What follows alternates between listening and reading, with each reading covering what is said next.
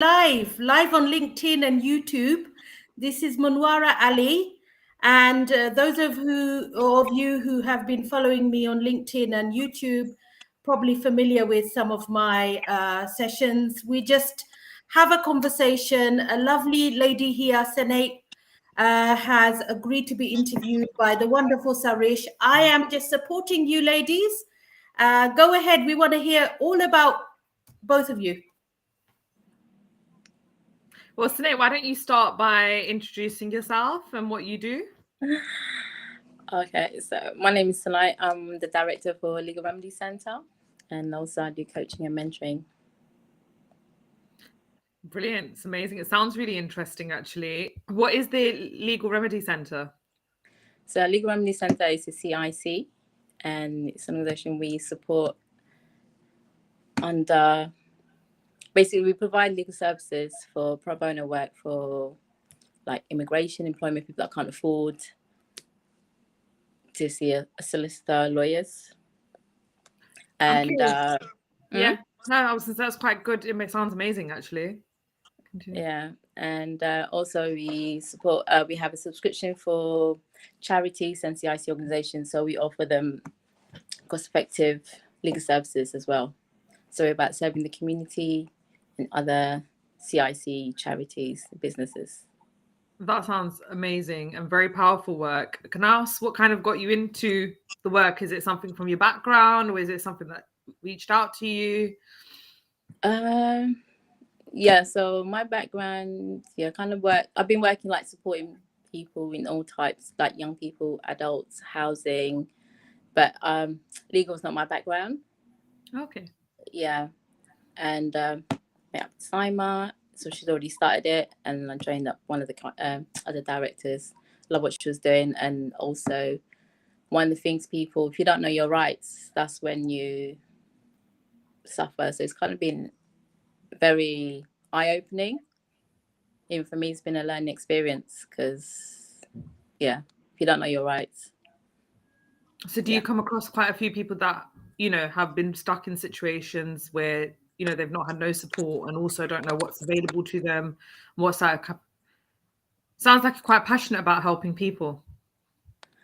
Yes. Because like I used to work in housing in homeless, and that one can only go up to so far to helping, with the housing situation or whatever. And like I said, my legal background, I don't have that. Whereas this one, if someone's facing eviction, homelessness, knowing their rights, and also some of our clients, one of the major ones is immigration, like no recourse to public funds, and especially that one. So like, if you're uncertain about your immigration status and you can't afford a solicitor, you're completely, it's not like easy life for you. Can I say something? Okay. I just wanted to quickly give anyone who's actually online. I know that Gula is online. Hi, Gula. Just to give you a bit of background, Sahrish, you didn't introduce yourself. Oh, yeah, I didn't. Oh, yeah. I completely went right into it. And just to let our audience know, this is all impromptu. So we are collaborating as a team, and Senait is kindly agreed to be interviewed by Sahrish. So it'd be nice to get your Sahrish to get a little bit of intro from you. Oh, wow. My name's Sahrish. I'm the manager of a local women's community organisation called Waltham Forest Women's Network. I'm also the mental health ambassador coordinator for my local authority. So I've got 2 hats, which is quite good.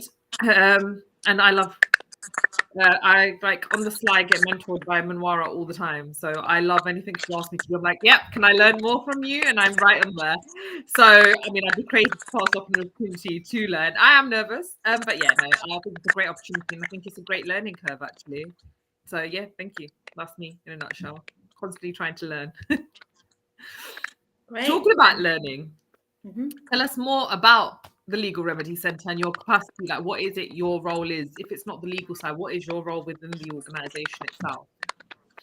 So I do the admin. So we're a small legal team. and I do the admin. Also, because I do work coaching and mentoring, and we're very big on mental health as well. So I do the sport side of, so the legal people do the legal stuff, so I do the emotional support, and yeah, anything that comes across. No, I mean that's a great way to put it. I think you downplayed. It sounds like you just kind of downplayed your role. That must be a very important integral part of the organization and the work you do, which kind of differs from other organizations that may have similar kind of ethos, but the actual mental health support and understanding there's so much more than just the legal side of things, I think is amazing. Yeah, so also here, the good thing about this, we shape it according to the client. So it's not like we have a rigid thing to follow. So we go with what the client comes. So that's one of the things we all put in what our inputs and work together. It's quite a lot of teamwork then. It's kind of as a team. So there's a team of you doing the work. Yeah. So what was your motivation behind when you came across Simon? What was the motivation behind saying, this is what I want to do now? Because it's quite heavy work, isn't it? Having to emotionally support people going through various points, like difficult stages of life. You're never getting legal help for something simple and easy. So like, what was the motivation behind that? So Saima, she's an amazing what she does. I don't know how she's a mum of 3 young children, and to do the legal work. And one thing I love about her, she always finds a way in terms of how she can support them. No matter how hard the case is, she'll find a way to yeah. And so it's a passion. Yes, so we both have both to help people. Yeah. No, I love that. So what is it like busy? Like, it sounds like quite a busy role, an active role. What is it like balancing home life and having such a big role in your workforce as well? Say that again, sorry? What's it like balancing like home life and such a heavy role when you're at work? How is that life to work ratio balance for you? So I'm a mum of 4, and I home educate my children. So I don't see this as work, even though it's work. So also we're flexible. Flexibility is really important. I work around it, and just time management, organizing yourself, and also because people rely on you, depend on you. Yeah. So Did you say you homeschool? So you homeschool and you're running like actually practically such a big part of an organization. That's amazing. How do you actually, I'm really curious, once you try to balance that, how do you ensure your mental health is in a good place when you're doing so much? Well, I always have time to exercise and have my time out. So last week, me and my friend went out for a pumping session for a weekend. So taking time out is important. Yeah, so I make sure I have time out. I think it's really important that you've said that, because there'll be people listening that'll be like, oh my God, that sounds like amazing work. And people just assume it's a superhero thing, like where you can do everything and you must just be able to do it. But it's actually interesting to hear that you have to find that time out for yourself, and how you get reprieve from being mum and, working such a heavy loaded job. So no, it's great to hear that you take that time. Describe one of the most challenging moments within your role or work generally, or your career wise, that you're having now.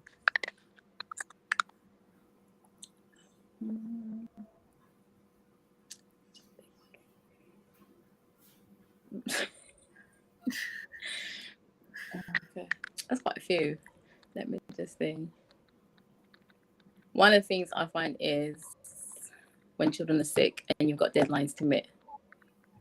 And so even though this one is not a case of like, I have to work to meet my boss's deadline, basically, like clients or what they have to do, especially with deadlines, legal stuff, there's no excuse of like, we got circumstance. Yeah. So one of the things tackle is we're always upfront with the client what's going on. And Yeah, I don't know. No, Probably that's think of it later on. Yeah, you're probably gonna be afterwards like, oh, there's plenty of challenges. Okay, so what's like And being one of the other ones is the language barriers as well. Okay. Language barriers and people not understanding when you ask them to send you documents, the importance deadlines for them. Yeah. So yeah. How do you overcome those language barriers? Is it through how would you go about getting the right support to be able to support you with that challenge? Certain organizations, so they support for languages, and even like sometimes when like I know so people can't send you photocopy or they're not techie, so we kind of like ask them to take a picture, WhatsApp it, or come meet them, just to make it work with the clients what they can do. Yeah, no, so it can get more work for you, but it just makes it easier in the long run. Yeah, because if you don't submit certain things on time, then that's it. What is like one of the most joyous occasions you've had since being part of the Legal Remedy Centre, like the work you do? What's been like maybe one or two pivotal moments where you thought this is all worth it? Like when people like, especially when they have immigration issue, where they've got like nothing's happening, and to get their come through to get their papers or other bits, even employment, where certain people don't because they can't afford the solicitor to go or to understand their rights, to know their rights, to fight for their things, just to be able to change. Yeah. To be able to change their circumstances. To change the circumstances, and just even like sometimes we run legal services just to give them advice. And when we ran the workshop, just understanding simply is so much you can take for granted, but once you know your rights, you can make the right decisions and know how to handle your situation. Yeah, no, I think there's something especially interesting about being able to. I think legal support is something that's not given very easily, and it's not often for free. And so many people then often lose out, or put themselves in very much dangerous situations, debt. So I think it must be something so amazing about being able to give people that support they wouldn't get elsewhere. Yeah, and also even like that organizations that we support when they have the legal issues that they can't really afford like a major, so because they've got the subscriptions with us, and they'll be able to email us with any questions, inquiries, or any problem they have, and just be able to get answered straight away. That's really, I remember like one incident, like especially like Christmas time, one of our clients letters and stuff like that. So just a simple, well, it's not simple. Simon did the magic, but like managed to sort their issues. So like having to start worrying about it, just make it go away. No, I can see the power in that as well. Actually, just having that there as a safety net. What is the next steps for yourself within the organization you're in, and your next steps for the organization, like your vision?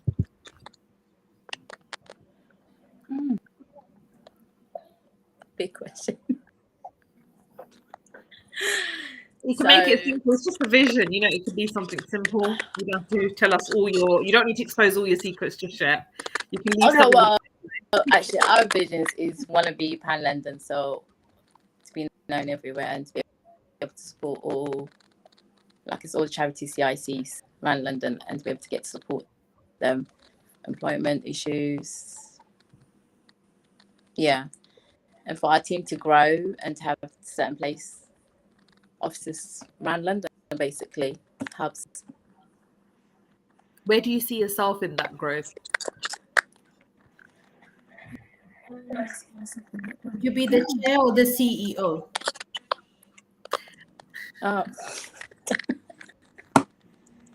Don't undersell yourself. You can do it. Oh, okay, see, She's like, no, maybe, don't force me.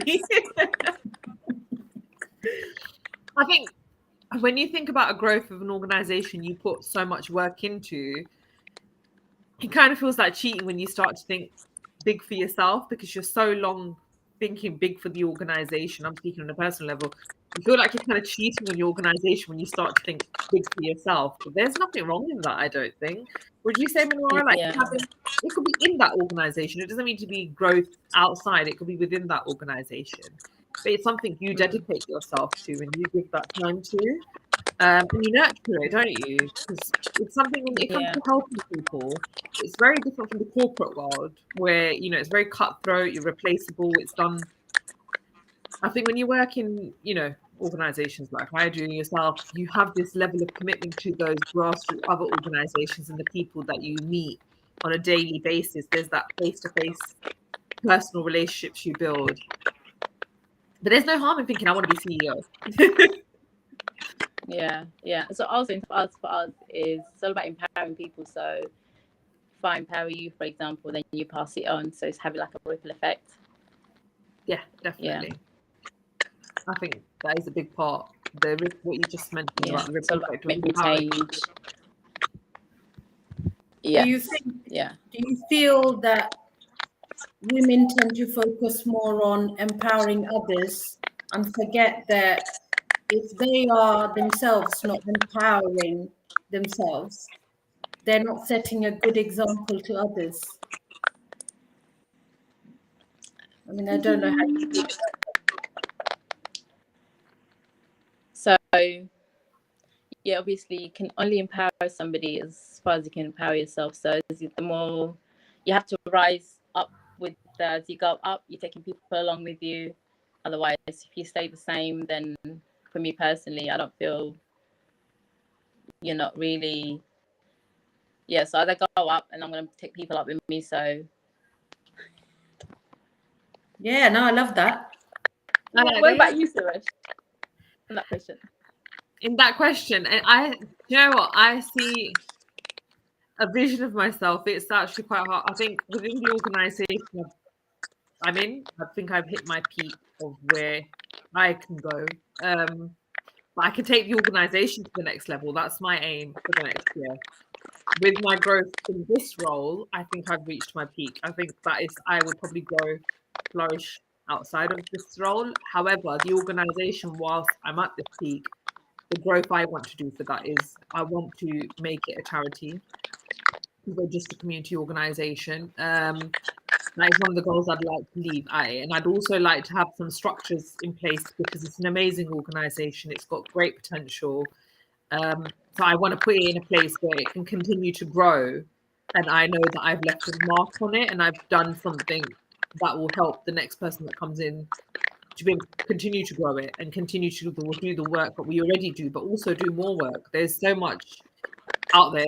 Women still need so much, and it's not going to end anytime soon. So, you know, just keep growing it. But for myself personally, I do think for my role currently, I'm at my peak of what I can do. There's nothing wrong with that. It's taken me a long time to accept that, but there is nothing wrong with that. It just means, okay, what would I like to do next? That's a very hard question, so don't ask me that just yet. Why is that a hard question?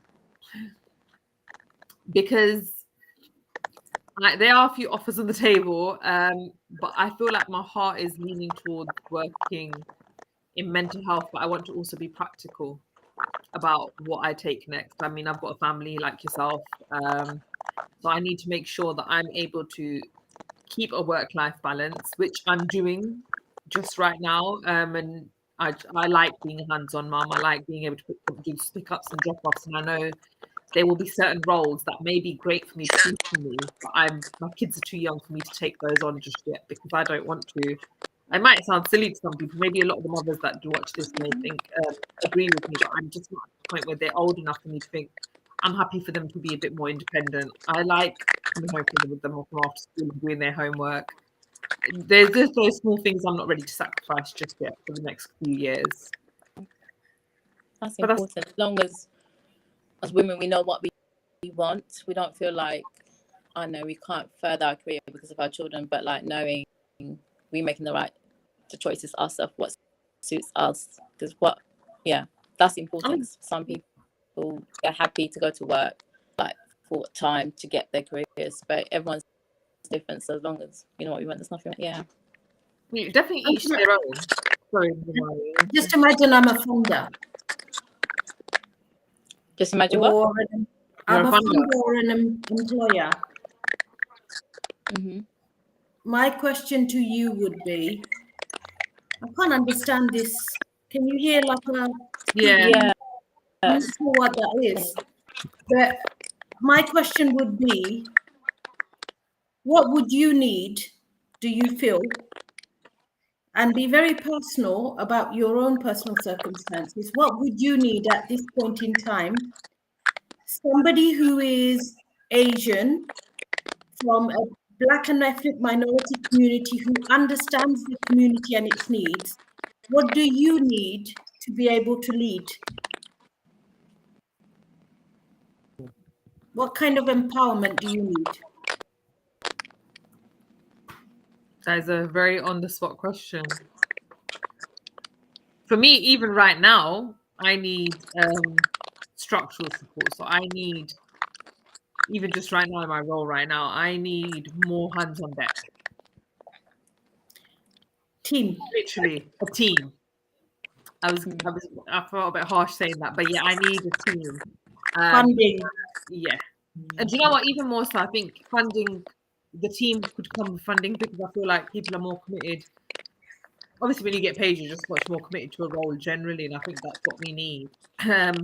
You get offers and work coming out your ears sometimes, like not short for work, but it's me having to say no, although that means I can't support as many people as I'd want because I don't have the capacity and I don't have the team or I don't have the funding. It's a big hindrance, actually, because it's a shame, because I know there's so much amazing work I can do and continue to do. But I have to say no sometimes because I don't have the capacity and I can't take on the world either. But yeah, funding and a team to grow, like just more hands. Like I think having more people to share the workload means you can do more without spreading yourself thin. For the first year of my role, I think I spread myself very thin. And the last 2 months, I decided that I'm only good to anyone if I'm okay within myself. And I think that's why I asked you that question about, what do you do for you? You have this really important role. You obviously have a family. How do you balance that? That was why I asked that question, because I think it's very important that people, when they watch this or hear, they actually realise, there's something relatable about this. Or actually, it's not just me struggling to find a work-life balance, or everyone feels like that. There's something empowering in that, actually. In numbers, we seem to be stronger, or we not. Social media gives us this thing where people, they work 24 hours a day and family and still doing it. But that's not what real life really looks like, does it? So it's nice to have these conversations where it's quite real. What about you, Senait? What is it that you would say if you were asked what you would need right now? The same thing. The team.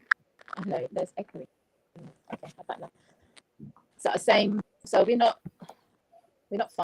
funded, actually, pro bono work. So we're not funded. So team funding and more team, and also just on the work and motherhood balance. Do you think there's such thing as balance? Like I know, because I worked on this. That has always been my thing. But like, I can be on top of my work. I can my children. My house is a tip. Yeah. So for me, in terms of like balancing, so I got what's important. Yeah. I don't think people personally listen. Like balance can be like work, motherhood, household, and relationship, like your partners and stuff like that. Such things like So sometimes certain things you got to choose what's important to. But like in the future, I'm gonna hire a chef. So it's outsourced in my household to make it balance and that kind of thing to make my household like balance in my home time. And the same thing with work is getting the right team to support you. Yeah. I mean, crackling is just so annoying. We've been talking for 25 minutes. I've been hesitating whether I should cancel and restart. Can you hear it? The crackling. It's like somebody's eating something. Yeah. Can you hear it? Like somebody. Yeah, I've not had this problem before. It's technology, Manwara. It's never guaranteed to like be amazing or great. Technology is just that way. But yeah, 25 minutes has gone so quickly. Yeah, when you're having fun. So, Senait, how has the experience been for you? You've never done this before. I can't hear you. Hear you.